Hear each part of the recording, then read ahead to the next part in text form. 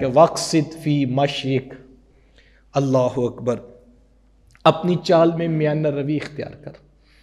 وغضض من صوتک، اور اپنی آواز کو تو پست رکھنا۔ یہ دو خوبیاں پیدا کرنی ہیں، نہ تو تمہاری چال اکڑ اکڑ کر ہو، تم متکبرانہ انداز میں نہ چلو، اور اس طرح بھی نہ چلو کہ تم کمزور دکھائی دو، باوقار انداز میں چلو۔ بعض کا تو نا بندہ مصنوعی طور پر عاجزی اختیار کر رہا ہے نا، وہ سمجھتا ہے کہ عاجزی کے ساتھ چلنا یہ کہ انسان ایسے ہر وقت سر جھکا کے چلے، ایسا بھی نہیں ہے۔ وَلَقَدْ كَرَّمْنَا بَنِي آدم، اللہ خود فرماتا ہے ہم نے بنی آدم کے سر پہ عزتوں کا تاج رکھا ہے۔ انسان اشرف المخلوقات ہے۔ لَقَدْ خَلَقْنَا الْإِنسَانَ فِي أَحْسَنِ تَقْوِيمٍ، اللہ فرماتا ہے ہم نے اس کو احسن تقویم صورت عطا کی، سب سے سونی صورت حضرت انسان کو عطا کی۔ تو نہ تکبر کے ساتھ چلے اور نہ اس طرح مصنوعی چال میں چلے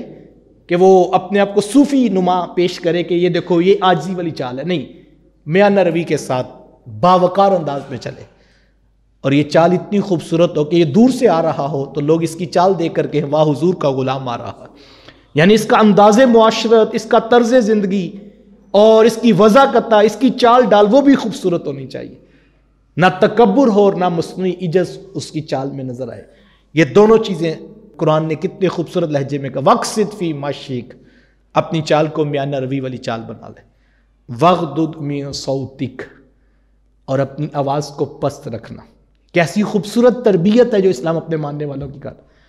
چیخ چیخ کے بات کرنا کہ لوگوں کے کان پھٹیں اور اس کا جوش پھر بھی ٹھنڈا نہ ہو رہا ہو۔ یہ اسلام ہے، یہ قرآن ہے جو ضابطہ اخلاق دے رہا ہے کہ تم گفتگو کر رہے ہو، تم کلام کر رہے ہو تو تمہاری آواز اتنی اونچی نہ ہو کہ لوگوں کے کانوں کے اندر جو ہے وہ تکلیف کا سبب بن رہی ہو اور لوگ پریشان ہو اور تم اور زور لگاتے رہو اور تم کہو کہ اور ایکو کھول دو اور ساؤنڈ کھول دو۔ مقصد تو بات بتانا ہے، مقصد تو بات ان تک پہنچانا ہے۔ وہ کیا کسی نے کہا تھا، اس نے کہا اگر دلائل میں وزن ہو تو دھیمی آواز بھی دلوں کی دنیا بدل دیتی ہے، لیکن اگر دلائل میں وزن نہ ہو، بات میں وزن نہ ہو، تو پھر سینے کا زور لگانے سے یا گلا پھاڑ پھاڑ کے گفتگو کرنے سے کسی کی زندگی نہیں بدلے گی۔ وغضض من صوتک،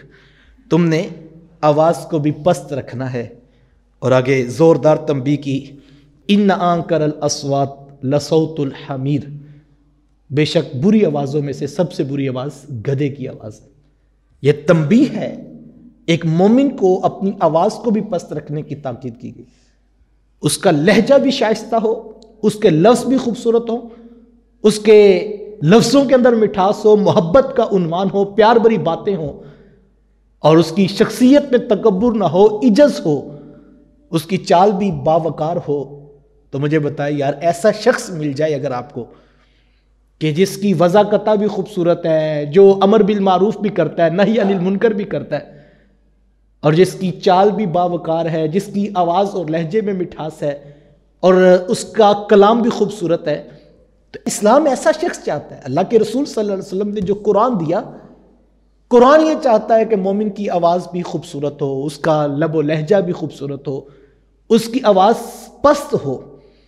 اور وہ کلام کر رہا ہو جہاں تک ضرورت ہے۔ ہاں کسی جگہ پہ آپ کو اونچی بولنا پڑے گا جب آپ کے پاس کوئی دوسری سہولت نہیں ہے، لوگ زیادہ ہے تو وہاں پر تو یقیناً ضرورت کے مطابق اجازت ہوگی، لیکن چیخ چیخ کے گلا پھاڑ پھاڑ کے کلام کرنے سے بھی اسلام نے منع کر دیا۔ قرآن نے اس کی ممانعت کرتے ہوئے فرمایا کہ ان انکر الاصوات لصوت الحمیر، بے شک سب سے بری آواز تو گدھے کی آواز ہے۔ تو یہ پورا ضابطہ اخلاق اور تربیت کا عنوان ہے جو حضرت لقمان علیہ السلام نے اپنے بیٹے کو ارشاد فرمایا، اور وہ حضور علیہ السلام کی امت کو قرآن کی ان آیات کی بدولت عطا کیا گیا۔